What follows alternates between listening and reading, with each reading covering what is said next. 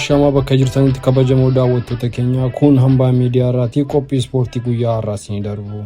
Tapha Premier League Ingiliz guyyaa har'aa taphatamu sa'aatii 3:45 akka lakkoofsa Itoophiyaatti Nottingham Forest gara Sheffield United wajjin tapha qaba. Jimaata har'aa tapha Premier League irraa Nottingham Forest Sheffield United waliin dirree isaa City Ground irratti ni taphata. Nottingham Forest taphadhuma Arsenal waliin taasiseen Premier League irratti 2-1 moomuu isaanii irra darbee asii irratti deebi'uu waan barbaadan hin fakkaatan. Torbee darbee tapha Premier League Ingiliz irratti Crystal Palace moomuu isaanii dandhamachaa kan turan Sheffield United fi deeggartoonni isaanii tapha torbee kana irraa bu'aa fooyya'anii abdatu.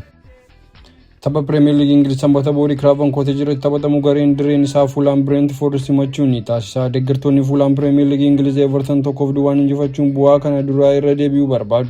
Tapha kanaan dura irratti Brentford tapha Premier League Ingiliz Tottenham waliin taasisanii 2-2 qixa ba'uun isaanii ni yaadama. Haaluma wal fakkaatuun taphi Premier League Ingiliz sanbatti sa'aatii 11 irratti Liverpool Bournemouth wajjin taphanii gaggeessa. Maqaa isaanii Mason Zeredi jedhamuun kan beekaman Liverpool taphataa sarara gidduu ittisaa dhabuun isaanii torbee darbe dirree irratti mul'atee jira. Liverpool akkuma Chelsea waliin taphatanii yoo ta'e taphoota hedduu ni injifatan ni mo'amas jedhamee tilmaamiin kennameefii jira.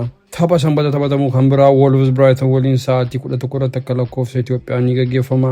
Jeequmsa naannoo Molex naannaa jiru hundaaf gareen gaariin O'Neil Manchester United waliin taphachuun kan qindaa'e fakkaata ture. Karaa biraa ammoo Old Trafford irratti qabxii qoodatanii ba'uu ni danda'u turan. Isaan garuu hanqina taphataa goolii galchuu waan qabaniif karoorri isaanii galmaan hin geenye torbee darbee. Brighton tapha jalqaba isaanii irratti luutan du'aaf kan dabarsanii kennan yoo ta'u filannoo taphoota hedduu injifachuu waan of harkaa qaban fakkaatu. Tapha sanbata taphatamu kan biraa Tottenham Hotspur garee Manchester United waliin akka lakkoofsa Itoophiyaa sa'aatii 12 walakkaa irratti ni taphatu. Spurs akkuma Chelsea fi Liverpool bara 2023-24tti miira gaariin kan qindaa'e fakkaata. Taphoota gurguddaa injifachuun qulqullina gahaa mirkaneessuuf gahaa miti. Haa ta'u malee taphataan sarara jalqaba isaanii Harry Kane waan dhaban hin fakkaatan. James Maddison gama Tottenhamiin hoogganaa waraana isaanii dirreerra kan hoogganu fakkaata. Manchester United sadarkaa jalqabaan duula kana irratti rakkachuu danda'a jedhamee eegama. Deemsi isaanii suutaa fi kan hin qindeenye fakkaata torbee darbee. Tapha Premier League dilbata taphatamu Aston Villaan garee Everton waliin akka lakkoofsa Itoophiyaa sa'aatii 10tti guyyaa keessanii taphatu. Villaan bara 2023-24 akka seenuu baay'ee hawwata ture. Garuu torbee darbee wanti isaan mudate wanta isaan hin eegne ture. Tyrone Mings miidhaa bara dorgommii xumuruu danda'u kan isa mudate yoo ta'u Musaa Diyaabiin abdii guddaan kan irra kaawwame fakkaata.